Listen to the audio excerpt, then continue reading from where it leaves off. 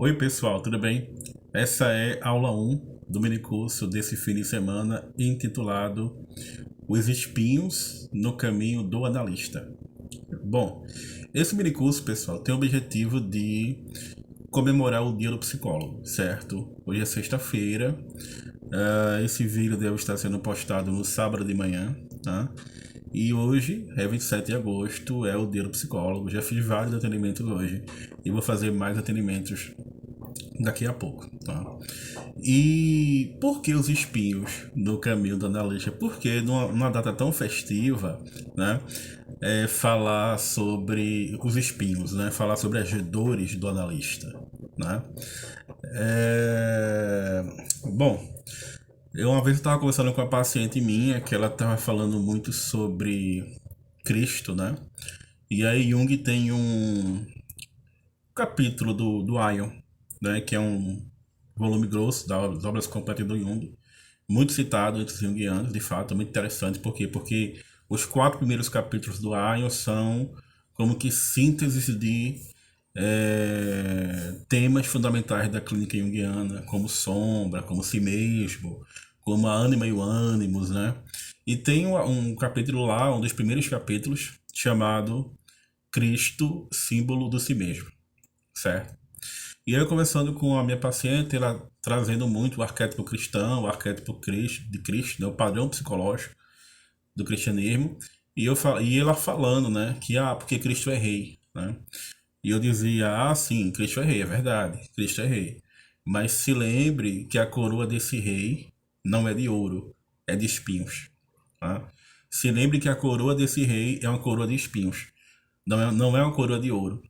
E basicamente, a coroa de espinhos é um mandala de espinhos. Já pararam para pensar nisso? A coroa de espinhos nada mais é do que um mandala de espinhos, cujo centro é a própria alma do Cristo, né? Cujo centro aponta sempre, como toda mandala, né? Para o si mesmo, né? Para o self, tá? Que nos dizeres do Jung é apenas potencialmente empírico, né? Porque há uma transcendência do self que foge ao horizonte de uma psicologia empírica, certo? Então a gente não pode também reduzir todo fenômeno, àquilo que o nosso método pode alcançar, aquilo que a gente pode meramente observar. E também espinhos, por quê? Porque eu pretendo falar de emoções nesse mini curso, né? Como as emoções afetam o analista, como as emoções afetam a análise e como as emoções afetam o analisando. E o processo psicológico em que essas emoções vão se ver envolvidas, né, de modo bastante intenso, né, basicamente a projeção, né, e a transferência. O que é a projeção e a transferência? Bom, a gente sabe que projeção e transferência são processos psicológicos, são mecanismos de defesa do ego, certo? Que o Freud escreveu bastante, o Freud pensou, né? E que o Jung, na sua passagem pelo movimento psicanalítico, herdou e manteve, né? Claro que o Jung, se der tempo, a gente vai conversar um pouco sobre como Jung vai ter pontos de vista diferentes a partir do fenômeno da transferência, por exemplo.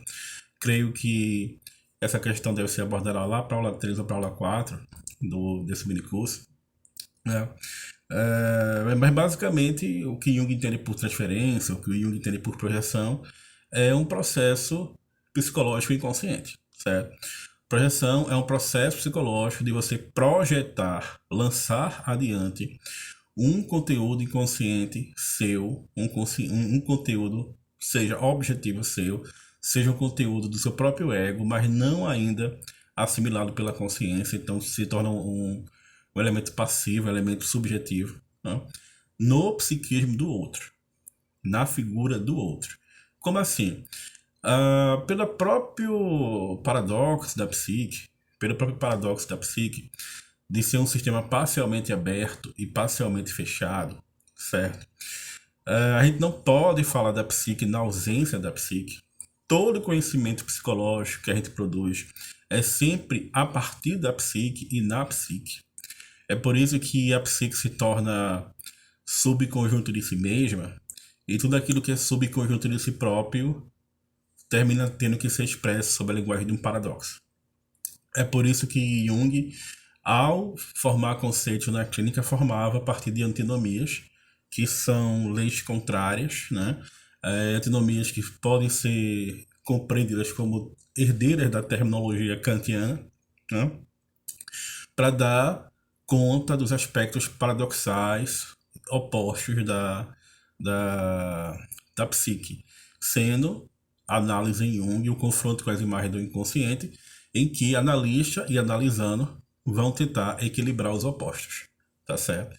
Só que nessa tentativa de equilibração dos opostos vão surgir aspectos projetivos, tá?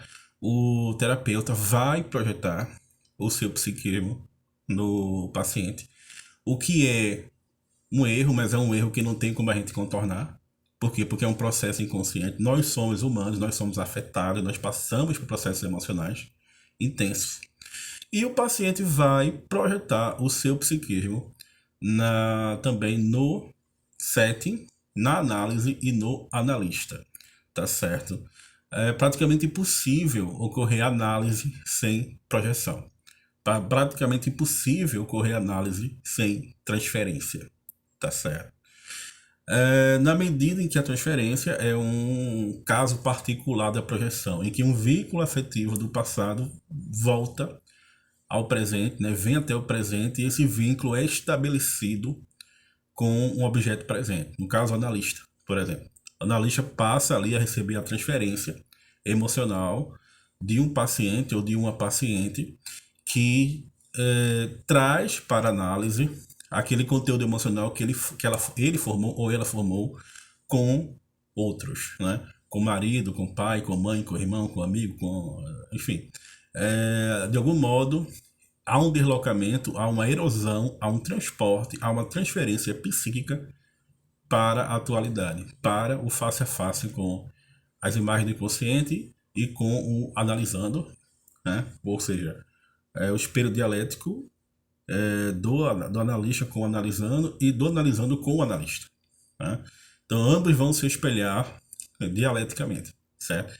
E a análise vai funcionar justamente por conta disso, vai surgir justamente por conta disso, certo? Levando em consideração que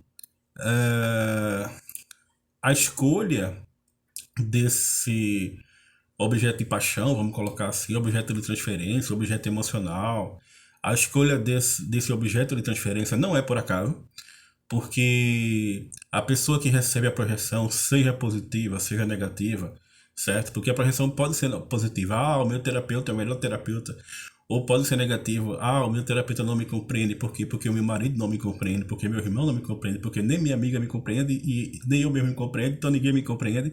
Ou seja, são relações afetivas que a paciente ou o paciente pode levar para o terapeuta, ou o terapeuta achar, de modo muito ingênuo, que já conhece a história do paciente, ou que os pacientes, de algum modo, são iguais, ou de algum modo fazem parte de algum padrão, né? O individual não importa perante o genérico não importa perante o individual. Cada caso é absolutamente único, né? A pessoa que recebe a projeção é porque há algo nela que chama a projeção. Ela é um gancho. Ela serve como gancho para receber esse conteúdo emocional. Não é à toa que numa família, por exemplo, é comum que um membro da família seja eleito pelo inconsciente da família para receber a projeção negativa, e aí ela se torna a ovelha negra da família, ou o inconsciente do grupo familiar elege um membro da família para que este receba a projeção positiva. E aí se torna aquele membro da família que fala pelos outros, que termina conquistando o poder do grupo familiar e exercendo um tipo de liderança dentro do grupo familiar. Por quê? Porque geralmente é aquele que mais reproduz, que melhor reproduz a estrutura familiar. E o que recebe a projeção positiva. E o que recebe a projeção negativa é aquele ou é aquela que mais desagrega no sentido de romper com a estrutura familiar, né? Família representa muito os nossos instintos conservadores, gente, que são os instintos de sobrevivência. Né? E isso é do ponto de vista familiar, do ponto de vista particular, singular, privado, certo? Mas do ponto de vista público, por exemplo, toda essa questão do sofrimento psicológico, do sofrimento psíquico que nós temos hoje, no que diz respeito à política, certo? E aí eu fiz um vídeo aqui no canal, que foi um dos vídeos mais assistidos da história do canal, que foi como falar de Jung a partir... Não, como falar de política a partir da psicologia de Jung. Né? Como falar de política a partir da psicologia de Jung. Foi um dos vídeos mais debatidos aqui do canal, que as pessoas mais gostaram. E que eu coloco, olha, toda essa polarização, direita, esquerda, toda essa questão, nada mais é do que um fenômeno projetivo, né? Em que nós projetamos aquilo que não está assimilado conscientemente em nós no outro e passamos a observar, lembre-se, somente a psique pode observar a psique. Passamos a observar aquilo que seria a subjetividade nossa no outro de um ponto de vista objetivo, certo? Então nós tendemos a projetar o nosso fanatismo inconsciente no outro, a nossa intolerância política no outro, a nossa dificuldade de convívio com o diálogo democrático no outro, porque o problema é o grupo do outro, certo? E aí eu não percebo que dentro do meu espectro político também existem radicalismos, intolerâncias, falta de habilidade com o diálogo democrático, né? Por isso que Jung vai dizer que o melhor trabalho político e social que alguém pode fazer é deixar de projetar a sua sombra nos outros, né? Hoje em dia existe uma radicalização, uma polarização política muito forte, grupos políticos se debatendo, né? Estão dizendo que agora vem o 7 de setembro, que vai haver alguma coisa no 7 de setembro, enfim. Grupos políticos estão se confrontando constantemente porque um está projetando a sua sombra no outro. E como é que a gente entende isso psicologicamente? Utilizando a tipologia do Jung. Não é tema desse minicurso, porque eu pretendo dar um minicurso inteiro no futuro próximo, inclusive, sobre o pensamento político de Jung, ou sobre Jung e política, ou eu posso manter esse tema, como falar de política a partir da psicologia do Jung. Mas eu creio que, de acordo com as nossas predisposições típicas, não tipológicas, de funções adaptativas, nós nos sentimos representados coletivamente pelos espectros políticos que mais estão em afinidades com essas tendências. Por exemplo, o sujeito de esquerda tende a ter uma libido mais extrovertida, a se relacionar mais com os fatos, a ter um comportamento mais emocional, mais de coração, como função adaptativa, e tende a procurar os grupos políticos que mais representam essa tendência dele. Assim como o sujeito de direita tem uma predisposição, nem todos, tá? Mas tem uma predisposição à introversão, né? E aí tendem a procurar correntes políticas e grupos políticos que melhor representem essa tendência de introversão, como, por exemplo, a importância do papel do indivíduo na sociedade, né? Não apenas do coletivo, mas do indivíduo. E aí você vê uma perspectiva liberal conservadora, né? Políticas públicas ligadas seja ao mercado, à privatização, enfim, são aspectos que dizem respeito à introversão, né? E aspectos, no caso, um aspecto mais progressista de esquerda, aspectos que dizem respeito mais à projeção coletiva, certo? De uma extroversão social, né? De um comunitarismo, de um comunismo, de uma sociedade utópica, de uma sociedade coletivista, né? Ou seja, na base de cada projeção política dessa, existem aí os tipos psicológicos atuando. E esses elementos da política, do social, da afetividade, né, nos chegam diariamente na clínica, né?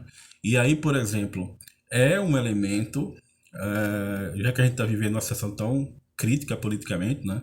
E eu tenho vários vídeos falando sobre política aqui no canal. Provavelmente faria um mini curso só sobre política e a clínica de Jung, certo? Esses elementos, quando chegam, eles chegam também projetados. É necessário também realizar um trabalho com esse tipo de projeção, certo?